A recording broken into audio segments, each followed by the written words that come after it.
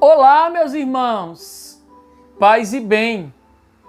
Hoje, sexta-feira, da 8ª semana do tempo comum. Vamos juntos meditar o Evangelho segundo Marcos, capítulo 11, versículos do 11 ao 26. O Senhor esteja conosco, Ele está no meio de nós. Proclamação do Evangelho de Jesus Cristo, segundo Marcos. Glória a vós, Senhor. Tendo sido aclamado pela multidão, Jesus entrou no templo em Jerusalém e observou tudo. Mas, como já era tarde, saiu para Betânia com os 12. No dia seguinte, quando saíam de Betânia, Jesus teve fome. De longe, ele viu uma figueira coberta de folhas e foi até lá ver se encontrava algum fruto. Quando chegou perto, encontrou somente folhas, pois não era tempo de figos. Então, Jesus disse à figueira: que ninguém mais coma de teus frutos. E os discípulos escutaram o que ele disse. Chegaram a Jerusalém. Jesus entrou no templo e começou a expulsar os que vendiam e os que compravam no templo. Derrubou as mesas dos cambistas e as cadeiras dos vendedores de pombas. Ele não deixava ninguém carregar nada atrás do templo. E ensinava o povo dizendo: não está escrito, minha casa será chamada casa de oração para todos os povos? No entanto, vós fizestes dela uma toca de ladrões. Os sumos sacerdotes e os mestres da lei ouviram isso e começaram a procurar uma maneira de o matar. Mas tinham medo de Jesus, porque a multidão estava maravilhada com o ensinamento dele. Ao entardecer, Jesus e os discípulos saíram da cidade.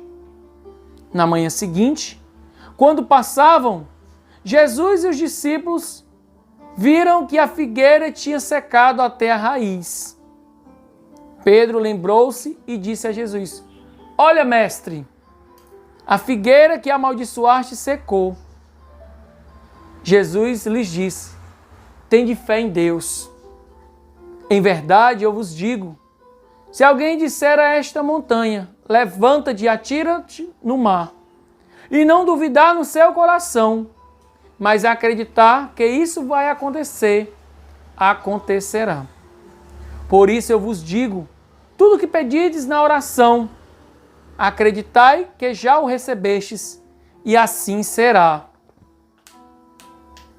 Quando estiveres rezando, perdoai tudo o que tiverdes contra alguém, para que vosso Pai que estás nos céus também perdoe os vossos pecados.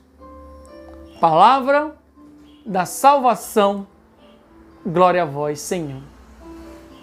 Meus irmãos, o Senhor hoje vem falar como deve ser a nossa oração, como deve ser a vivência da nossa fé, como deve ser a nossa espiritualidade cristã.